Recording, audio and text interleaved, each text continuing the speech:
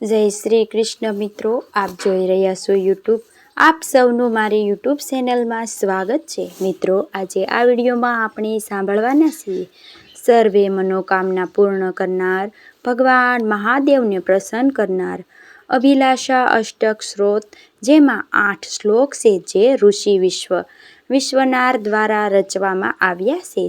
શિવ મહાપુરાણ આ સ્ત્રોતનો ઉલ્લેખ છે ઈચ્છા પૂર્તિ તથા સંતાન પ્રાપ્ત માટે વિશેષ રૂપે સ્ત્રોતનો પાઠ કરાય છે. અને શિવ સ્વર્ણ વ્યાપી નિરાકાર અને પરબ્રહ્મા પરમાત્મા તે વિશ્વાસ અને સમર્પણ સાથે ભક્તો જો મહાદેવની આ સ્તુતિ ગાય કે નિત્ય પાઠ કરે તો તેની સર્વે મનોકામના પૂર્ણ થાય, સંતાન સુખની પણ પ્રાપ્તિ થાય તેવો આ શિવ અભિલાષા અષ્ટક સ્ત્રોત પાઠ ગુજરાતી ભાષાંતર સાથે આ વિડીયોમાં સાંભળવાના છીએ. જો આપને આ વિડીયો પસંદ આવે તો લાઈક કરજો, શેર કરજો, કમેન્ટ કરજો. આપ આ ચેનલ પર પહેલી વખત જોઈ રહ્યા છો તો સબસ્ક્રાઈબ કરી લેજો, જેથી આવનારા નવા વિડીયોની માહિતી આપ સુધી તુરંત પહોંચી શકે. ધન્યવાદ. ઓમ તત્પુરુષાય વિન્હે મહાદેવાય ધીમહિ ધિયો રુદ્ર પ્રચોદયા. બોલો દેવોના દેવ મહાદેવ શક્તિપતિની જય. મિત્રો, આપણે સૌ જાણીએ છીએ કે ભગવાન શિવ ભોળાનાથ છે. તુરંત જ વરદાન આપવા સમર્થ પ્રભુ સદૈવ ભક્તો ઉપર નાની એવી સેવાથી પ્રસન્ન થઈ જાય છે. ત્યારે આ શિવ અભિલાષા અષ્ટક સ્ત્રોત પાઠ પ્રભુની સામે જો કરવામાં આવે તો ઉત્તમથી ઉત્તમ ફળની પ્રાપ્તિ થાય છે, મનોકામના પૂર્ણ થાય છે. શિવ અભિલાષા અષ્ટક સ્ત્રોતનું મહત્વ વિશે આપણે પહેલાં જાણી લઈએ. એક વખત ઋષિવર વિશ્વનરથી ધર્મપત્ની સુષિમંતી દેવીએ પોતાના પતિને પ્રાર્થના કરી કે હે નાથ, મારી શિવ સમાન પુત્રની કામના છે. આ સાંભળીને વિશ્વનાર શરણભર માટે ચૂપ થઈ ગયા, મૌન થઈ ગયા. પરંતુ પછી મનમાં વિચારીને એમ જ થાય આમ કહીને તેઓ 12 મહિના સુધી ફલ આહાર, નિર્હાર, જલ આહાર દ્વારા ઘોર તપ કર્યું ભગવાન મહાદેવનું.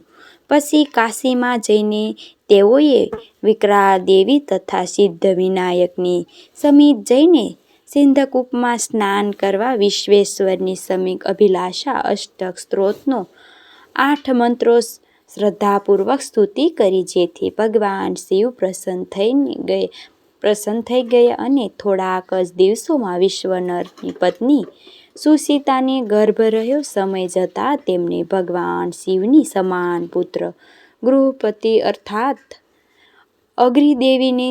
અગ્રદેવીને જન્મ આપ્યો. એટલા માટે કહેવાય છે કે સંતાનની કામનાવાળા દંપતી પતિ પત્ની જો પ્રાપ્ત કાળે નિવૃત્ત થઈને શિવજીની પૂજન કરીને આ સ્ત્રોતનો પાઠ કરે, 8 અથવા તો 28 વખત પાઠ કરે તો વરસભર પાઠ કરે તો તેમને સંતાનની મનોકામના અવશ્ય પૂર્ણ થાય છે. આ ઉપરાંત અન્ય કોઈ શુભ મનોકામના હોય તે પણ પૂર્ણ થાય છે.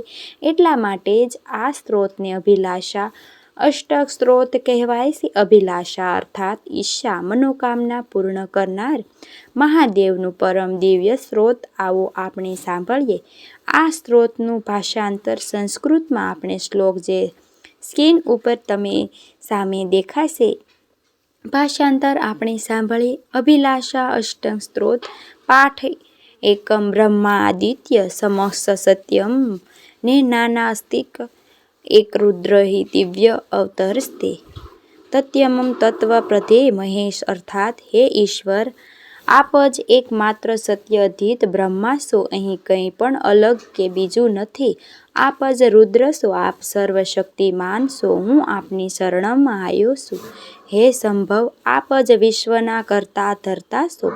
આપ જ અને રૂપોમાં એક જ રૂપ છો. જેવી રીતે એક સૂર્ય અને એક રૂપમાં દેખાય છે, એટલા માટે વિનાશક હું આપની શરણમાં છું. જે દોરડામાં સાપ, સીપમાં સાદી અને મૃગ તૃષ્ણા પાણી દેખાય છે, એવી જ રીતે સંપૂર્ણ જગતમાં આપની જ સત્તા પણ આપને જાણવામાં આવે તો આપનો એ અહેસાસ થાય છે. જ્યારે આપને જાણી લેવામાં આવે છે ત્યારે આ પંચમ જગત હૃદય મનમાંથી નીકળી જાય છે તેવા હે પ્રભુ, હે દયાળુ, હે મહેશ, હું આપની શરણોમાં આવ્યો છું. આપને જાણી લેવા આવે છે ત્યારે આપ પ્રસન્ન જગત હૃદય મનમાંથી નીકળી જાય છે. પ્રભુ, હે દયાળુ, હે મહેશ, હું આપની શરણમાં આવ્યો છું. પાણીમાં શીતળા તે અગ્નિમાં દાહક, બળતરાનો ગુણ છે. સૂર્યમાં તાપ છે, ચંદ્રમાં શીતલતા છે, ફૂલોમાં સુગંધ છે અને દૂધમાં પણ ઘી રહેલું છે.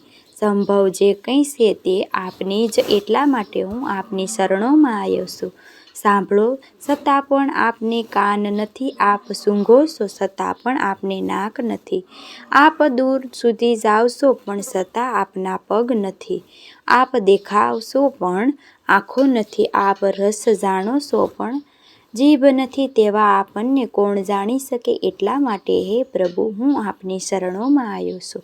ઈશ્વર સ્વયં વેદ આપને સારી રીતે જાણી શકે છે, તો ભગવાન વિષ્ણુ બ્રહ્માન જ શ્રેષ્ઠ યોગી તેવા દેવોના દેવ પણ આપને સરખી રીતે જાણી લેશે. આજે શિવરાત્રિમાં મહાદેવનો આ મંત્ર પાઠ કરવાથી બધી મનોકામના પૂર્ણ થાય. બોલો શક્તિપતિ મહાદેવની જય. મિત્રો, મને સાંભળવા માટે ધન્યવાદ. આપ સૌને મારા જય શ્રી કૃષ્ણ.